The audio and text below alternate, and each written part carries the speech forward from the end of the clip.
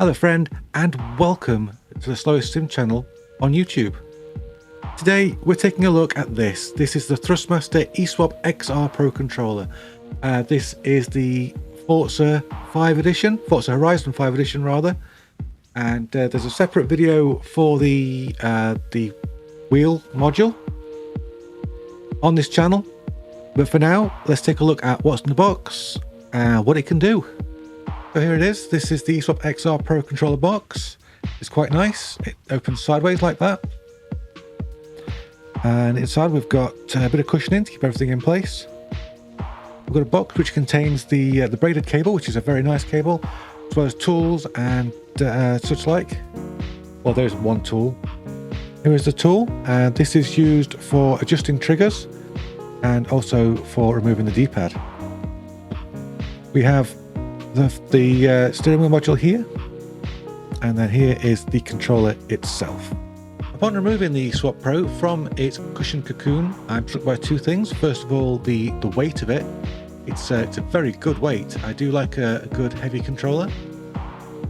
But also the design I really like. The Forza Horizon 5 design looks very sporty, very racy.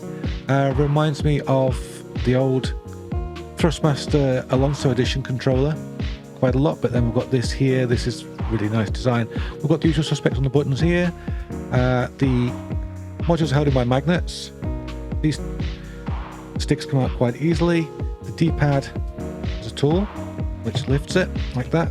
This of course can go back in any configuration. The D-pad, sorry, the buttons don't come out, which surprises me because there are other swap controllers on the market with the buttons that do come out. So I don't know if this is perhaps an oversight or keep costs down or what, but hey, let's put these things back for now. I'm actually going to change the position of them because I'm a PlayStation owner, so I want them in the sort of PlayStation configuration. On the bottom we've got an audio jack, and we've got some buttons as well. We'll be exploring those later on. I hope I can figure those out.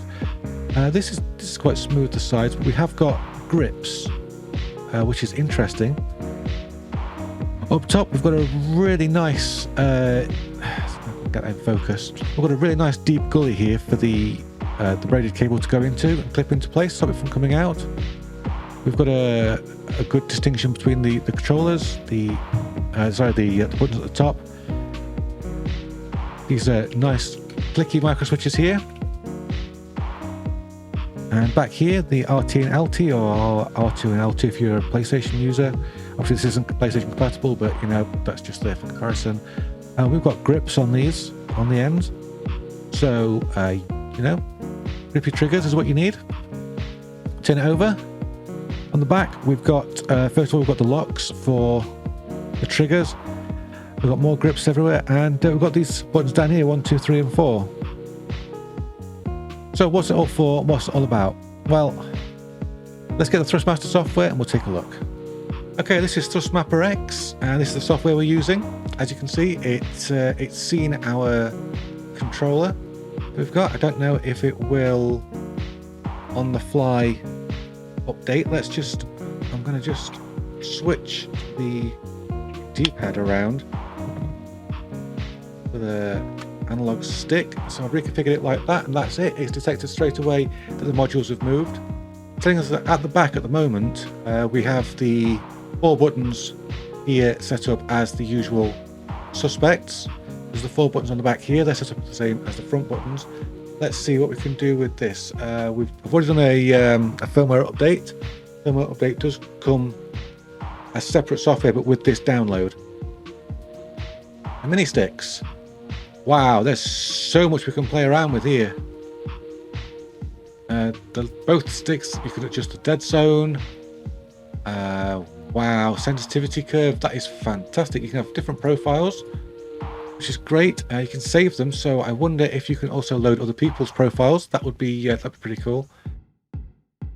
You can see that I'm pressing the trigger, and it's telling us, it's not giving us a full on and full off. We've got 10% to 90%. That's pretty cool.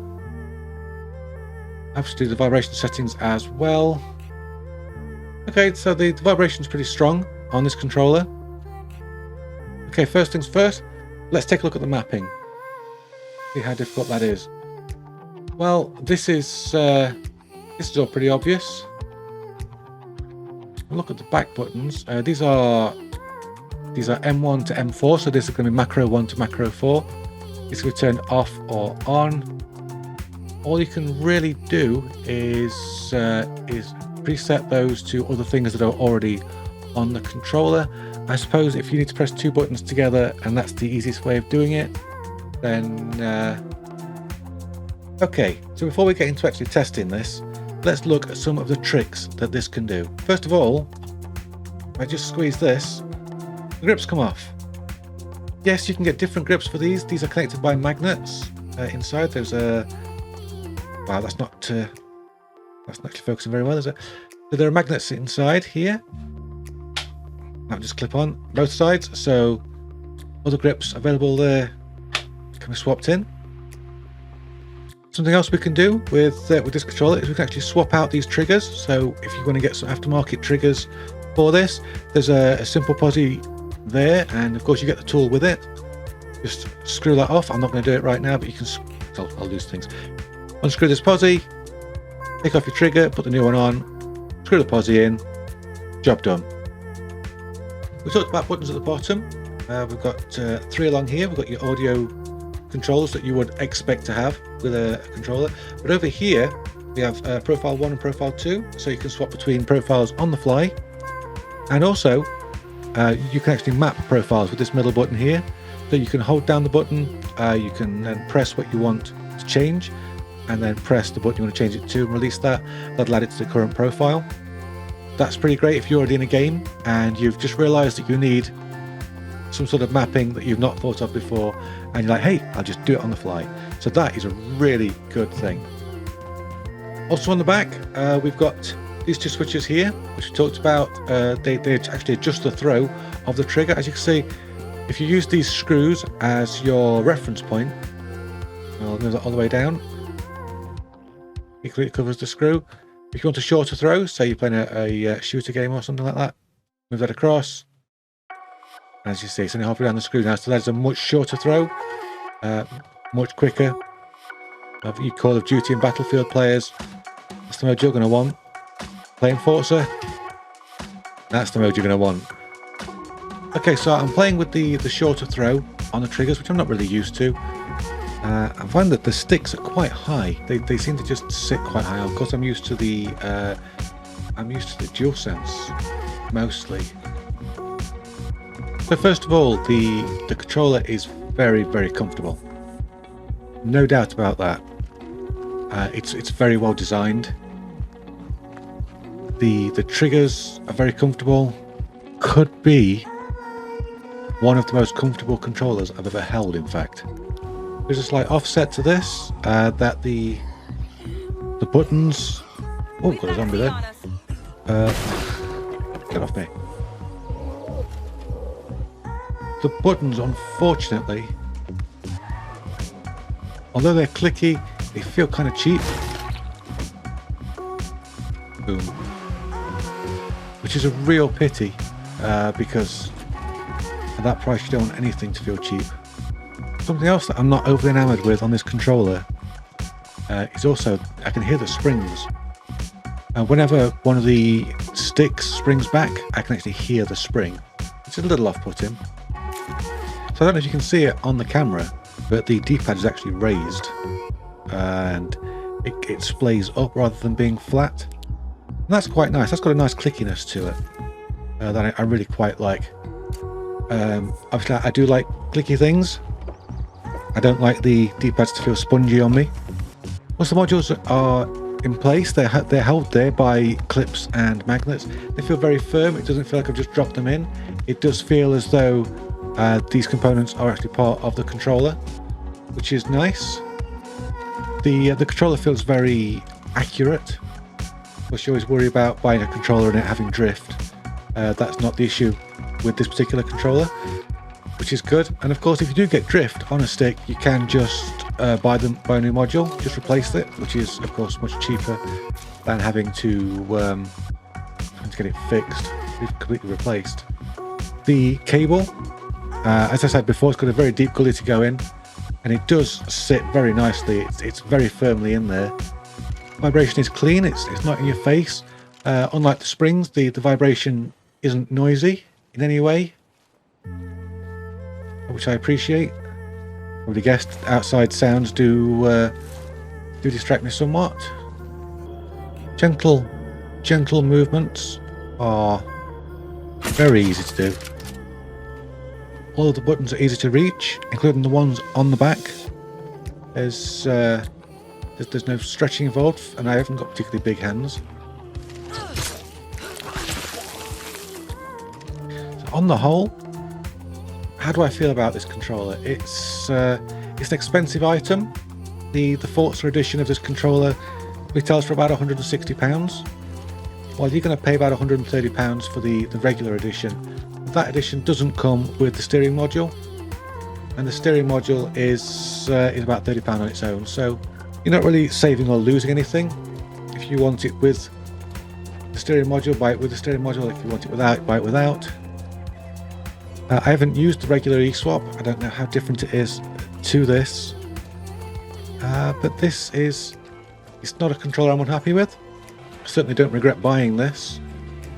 I think I will use it. I think I'll use it a lot. I don't know if this will be my main gaming controller. That's reserved for the Nikon wired controller. And my backup for that is the PDP controller. This really is more of just a luxury. But it is a luxury. You know, it's like having multiple controllers. You can set up the way you want to set them up. Is that an incredibly big deal? Maybe not. So do I regret this purchase? That's the big question. Am I going to use it? I'm definitely going to use it. Yeah. It's a comfortable enough controller. It's not without its issues. I think that the sticks sit a little bit high for my liking. They certainly sit a lot higher than they look in the picture here. I don't know if there's a way of actually adjusting them. I don't think there is. The buttons, the action buttons, feel a little bit cheap. I know they're rated for like, I think it's 5 million. Yeah, 5 million clicks, which is great and all that, but they don't feel quite as good as some other controllers. The D-pad is nice. The D-pad is clicky and it's raised and it's ergonomic, so that moves very nicely. I'm happy with that. The added bonus of being able to change the throws of the triggers, being able to remap things without actually using the app or the Windows application, just by using the buttons at the bottom, is brilliant. That's great. The braided cable is amazing. It's so tough and durable that I'd let my dog play with it. It looks amazing. It's a very attractive looking controller. Feels a little bit flimsy around the grips because the grips of course can come off. I wouldn't buy it for a child. I'll say that much. I wouldn't buy this for a child. This is not a child's controller. If a child has this, it's going to be in bits. Things are going to be lost. It's going to get broken. If you buy it for a big kid like yourself, for example, and it's your money, not a bad little treat. If you're a PC gamer or if you're an Xbox gamer, this is not a bad treat for yourself. Is it worth £160? Honestly, I don't know. I can't answer that question. As a sim racer myself, I wouldn't think twice about paying £160 plus for a wheel. But as a sim racer, I don't know about paying £160 plus for a controller. I think that makes sense. So if you're, say, a COD player or a Battlefield player, the idea of paying this much for a wheel will probably blow your mind. But for a controller, maybe not. Is this what you need? Are you getting one? Are you not getting one? If you have any opinions along those lines, let me know down in the comments, because I want to know what your opinion is. For now, I want to say thanks for watching this video. Thank you, of course, to channel sponsor Button Bashers for PCs, consoles, games and accessories. Thank you, of course, to Patreon, who make videos like this possible, and to the Discord, who keep me motivated. Links in the description down below to all those things so you can get involved. Until next time, be good to yourself, be good to those around you. Bye bye for now.